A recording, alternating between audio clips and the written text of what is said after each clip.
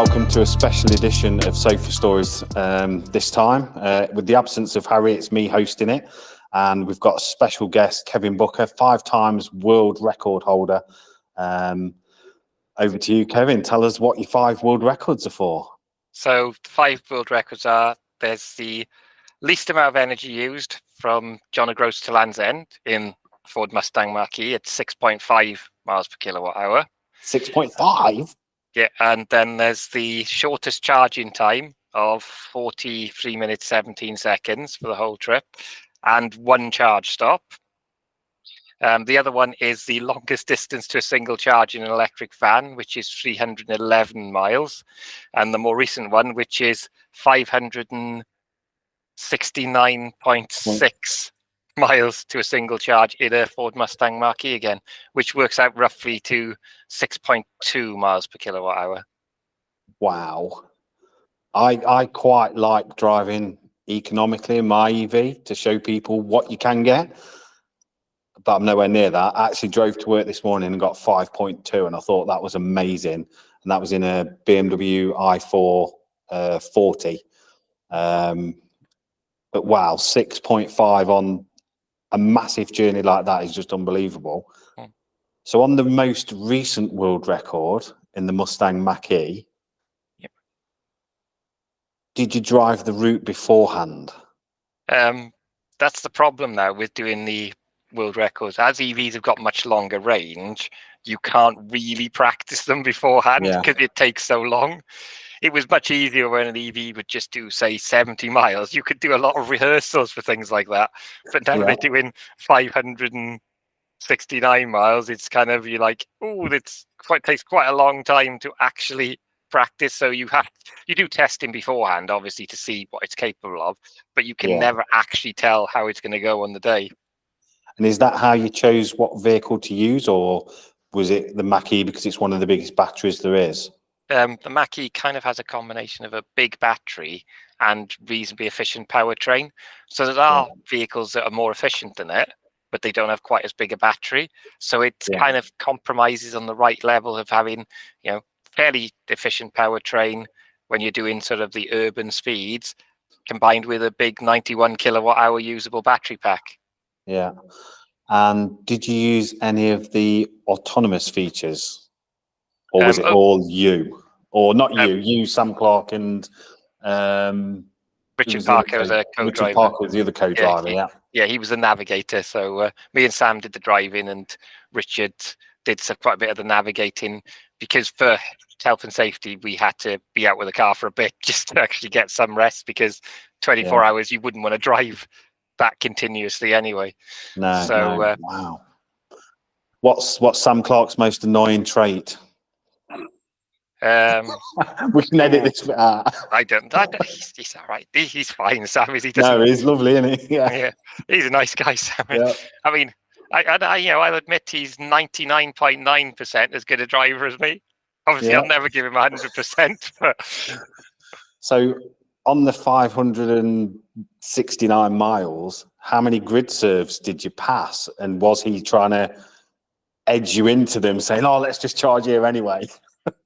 I mean, on the route we picked, we picked the flattest route we could find in the UK, which basically meant we set off from Norwich Grid Serve and basically drove up past I've seen lots of little villages around there, but just picked rural routes, mainly because for a record, you're doing extremes. So it's not like everyone would drive. So you're doing the urban speed. So we stuck to urban type routes, so routes that we wouldn't be disturbing anyone going the sort of 30 to 40 miles an hour that we'd be doing. Would you consider publishing the route so other people can try it in like a Strava sort of EV way? Well, I think the route is mapped out on if you look at the Webfleet video, you can see how they tracked it and stuff. I mean, it was a nightmare to plot that route, because we had to plot it on paper. We actually used, I believe it was a cycling app to do it, to work out, because you wanted to work out where it was flat and we needed the terrain. So once we'd worked that out, it's like some of the things we had to think on the fly, because the cycling route didn't necessarily tell us what a road was. Yeah. And it would be telling us to go one way and you'd like, yeah, we can't, that's a cycle lane, so we can't go down there. So we had to kind of remap on the fly and kind of get to make sure we got the distance. And the thing with the Guinness regulations, you can't overlap your route. And there were two bits where we got quite close within probably about 2 miles of our original route. And if we'd made one mistake and overlapped it, that would have been record over. So those were the really tricky bits where you're really stressed out thinking, we cannot cross the route again. I was going to ask how it's validated. So you can't go over the same route, or you can't travel on the same part of road. You can only go on it once. Yeah. What are the other conditions? So, I mean, obviously the speed limit has to be adhered to at all times. You can't go over the speed limit. And it's just that data has to be kind of rock solid. And obviously we had to tape the charging flap as well to prove that no one had given it any charge. And the biggest thing was all the Webfleet data. So the telematics data showing the battery percentage going down, showing the battery percentage at 0 for 21 miles. Because obviously it takes it from the car's data. So it can't tell. The Webfleet data takes it from the indicated percentage, whereas all EVs have a displayed state of charge and the actual state of usable charge, because they put a buffer in so you don't run out. And it would seem the Mach-E has quite a big buffer, because you're 21 miles and thinking we're not going to do this record, and it just kept on going. I think we probably could have got another 4 or 5 miles out of it, because it was in tortoise mode, but it hadn't lost any. It was still accelerating to 30 and 40 fine. Yeah. In my head, I would have liked to have got the 573 miles to a single charge, because that would have been 200 miles above WLTP. So it was a nice round figure. Whereas we only got like 196 miles above WLTP. So there's people who say you can't match WLTP. You can match it, and you can exceed it under the right conditions. Definitely. I can vouch for that, doing my own little sort of efficiency runs to and from work every day, where the car often displays more than WLTP. I think it highlights the importance of driver training, and I don't mean sort of regimented driver training, but just awareness on how they drive. It can affect so much more range than they actually think. For me, it's a pence saving. It's not about the saving. It's just about showing what can be achieved. And I think if companies and company car drivers sort of understood the data, so like for instance, Webfleet and the information that they can provide is sort of priceless for some companies. Yeah, and the biggest thing as well is it not only does it save you a bit of the energy, but it's the tyre wear, because there's been lots of reports of how EVs wear tyres much quicker than their fuel counterparts. But what you've got to temper that with is you can get something like a Volvo XC40 all-wheel drive recharge that's 400 brake horsepower. That's more power than a Porsche 911 of the 1990s. And strange enough, a 1990s Porsche 911 would go through tyres quite quickly if you drove it like a Porsche 911. So we've got all these really powerful EVs where there isn't driver training. People don't just have that acceleration, and they use it all the time, which actually ends up wearing tyres out. Well, you actually, I've always driven fuel cars and electric cars sympathetically, taking care of it. You always used to be able to tell a bad driver in a fuel car because they go through clutches and things like that. It's the same now. If you don't drive an EV sympathetically, you will wear your tires out more quickly. Yeah, definitely. I mean, I'm quite, or I'd like to think I'm quite a reserved driver, but you do like to play in them as well, because they are brilliant acceleration. They are super smooth to drive. And for me, I can't see myself going back to petrol now. It's been 5-6 years since I've driven a petrol car, and I go in as a passenger sometimes and I'm thinking, oh, what's that noise? Why are you changing gear? What's all, too much to do. I don't know if I'd be able to drive a normal car now. Yeah. When you look at all the science fiction programs in the 80s, and cars made the noise that electric cars make now. So Yeah. it's kind of the future has finally arrived, whereas it wasn't really there with fueled cars. Yeah, you got them more powerful, more efficient, but you're still only using 40% of the energy in that fuel tank.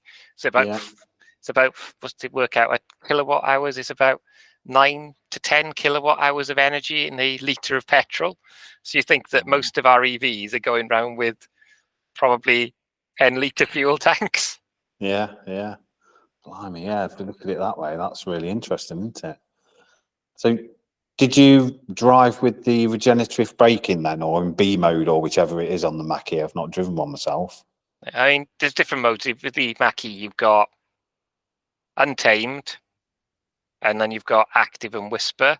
We tend to be picked whisper, which is the one that has probably the lowest regen, because actually, Right. if you're trying to drive efficiently, you can be better using the two-stage braking because the car can't see the road ahead.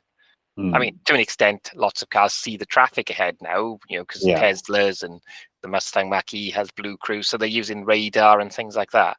But it doesn't know what to do with that. So you tend to drive using the two-stage braking, because all EVs, even if you have regen set to low, unless you switch it off totally, the brake pedal does your regen. So if you're gentle enough on the brake pedal, you can temper that and actually get to the right speed at a roundabout to find that gap and pull smoothly out. So it's all about, that fine control between throttle and brake. Yeah. So what's your go-to snack in a long journey? There's always a load of sweets. It's usually the Mawams. Yeah. Good choice. We went through a few packets of those. Excellent. Yeah. And so you did stop for a rest break, obviously. Yeah. And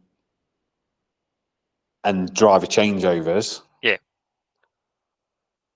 What was the time that you both driven for? Was it equal, or did you do more, or?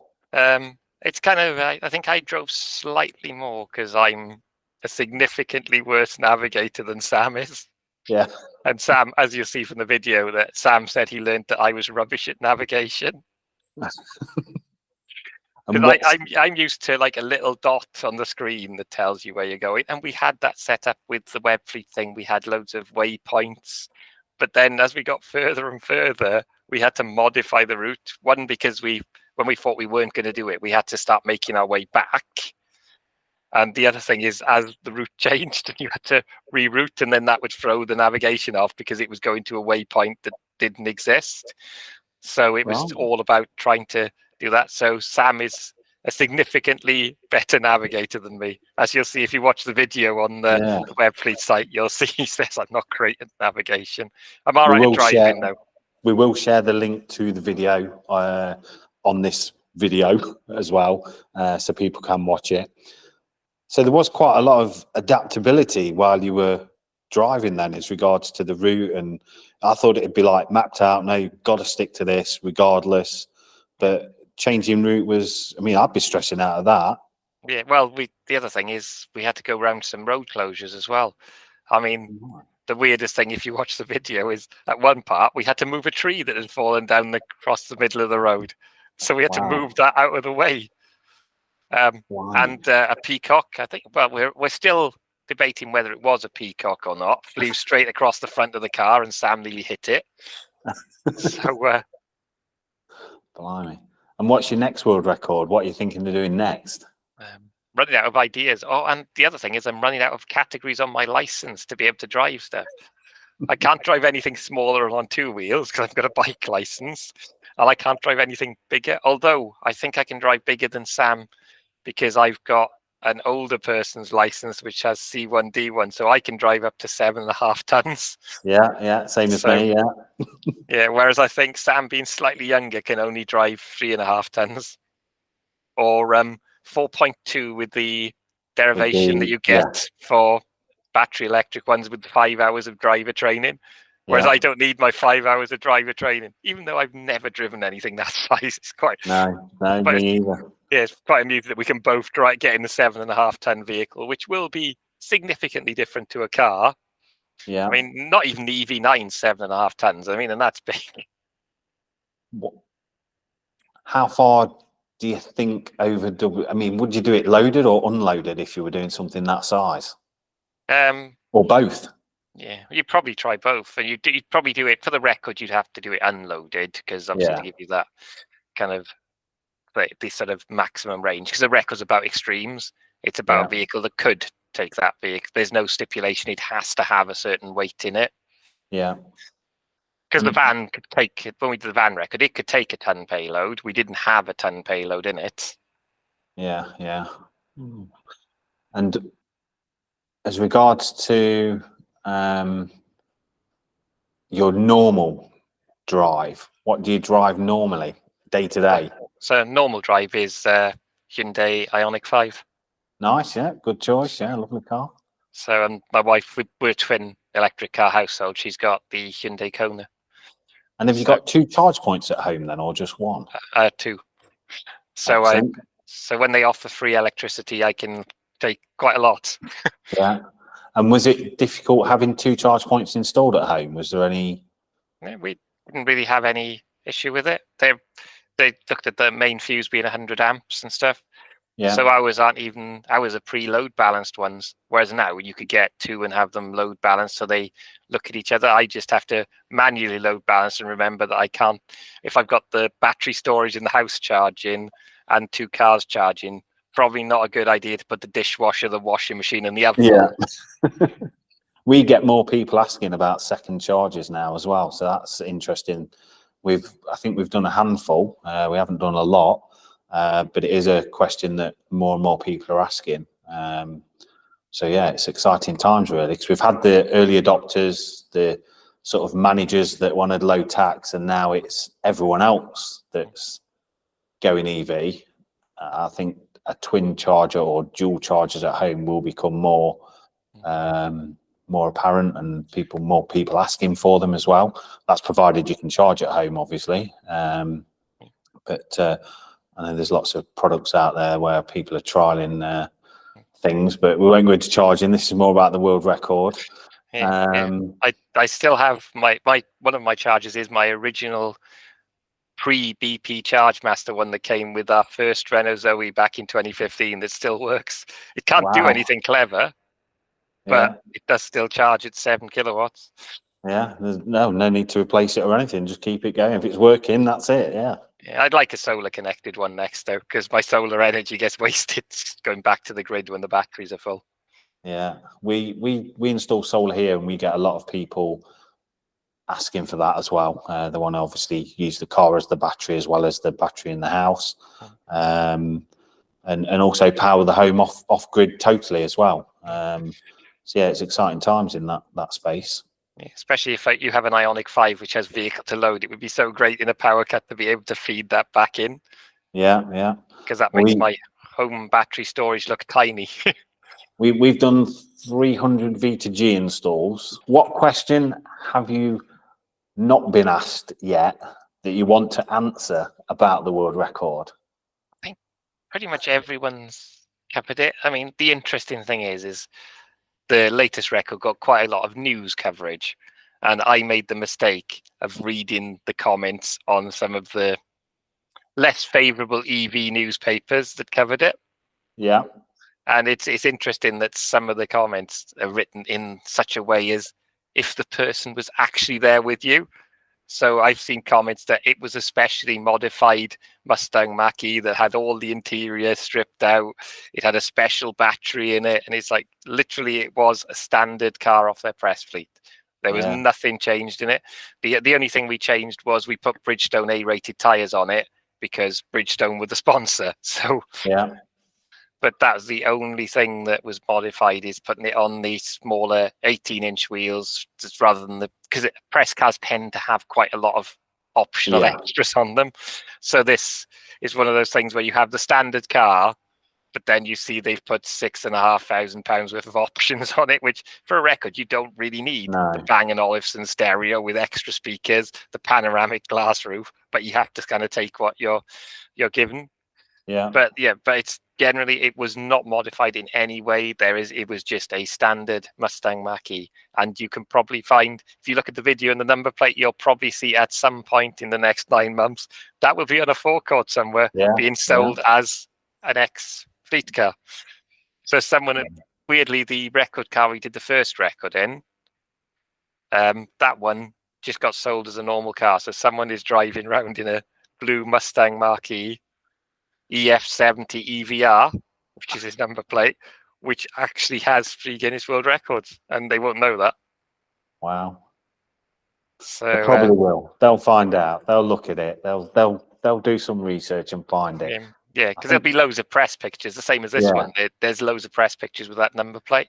There's lots of, like, you can often tell press cars because they've been in all the car magazines, so you'll see the number plate.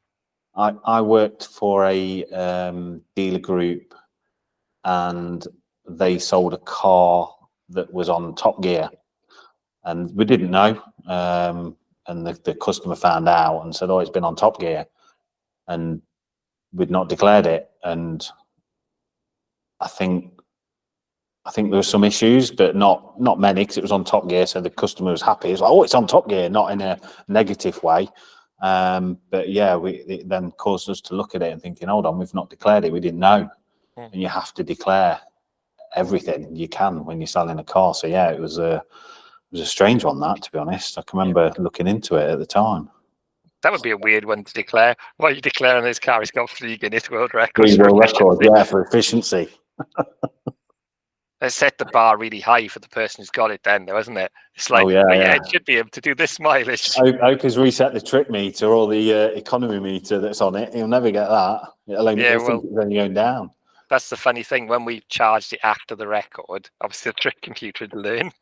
So we charged it fully back at GridServe in Norwich, and it ended up saying it reckoned it would do 470 to a full charge.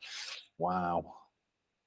Blimey. Yeah, because it will learn from the last drives, doesn't it? Or the last couple of drives. So I think that's why mine looks high sometimes, because I drive to work, turn it off, then look at my app, get to my desk, and it's showing 350 odd miles or whatever. But I think the infrastructure at the moment is good. I've never had an issue, never not found a charge point that's not working. I'm fortunate that I can now charge at home, but I haven't always been able to do that in the last 6 years. And I quite enjoy taking a break and having a coffee and a sit down rather than driving for ages. I'm able, if I'm working, I'm able to check my emails and have that sort of 20-minute break and, put another 100 miles in. Yeah, well, today I've driven from Brecon to Pembrokeshire. And I remember back in 2015, when my wife and I got the first EV, it was her car because she only drove like 2 or 3 miles to work, which was a Renault Zoe, the original 22 kilowatt one. But then she used to drive to Leicester in that. And that was when there wasn't much charging infrastructure, from Swansea to Leicester. But as I was driving to Pembrokeshire, I noticed so many more chargers. And I thought it would have been great if those had actually been around when we had the Zoe. And now it's like, well, don't need them. So there's more chargers and I don't need them because, just going to Carfest the weekend, we took my wife's car and that did 330 miles.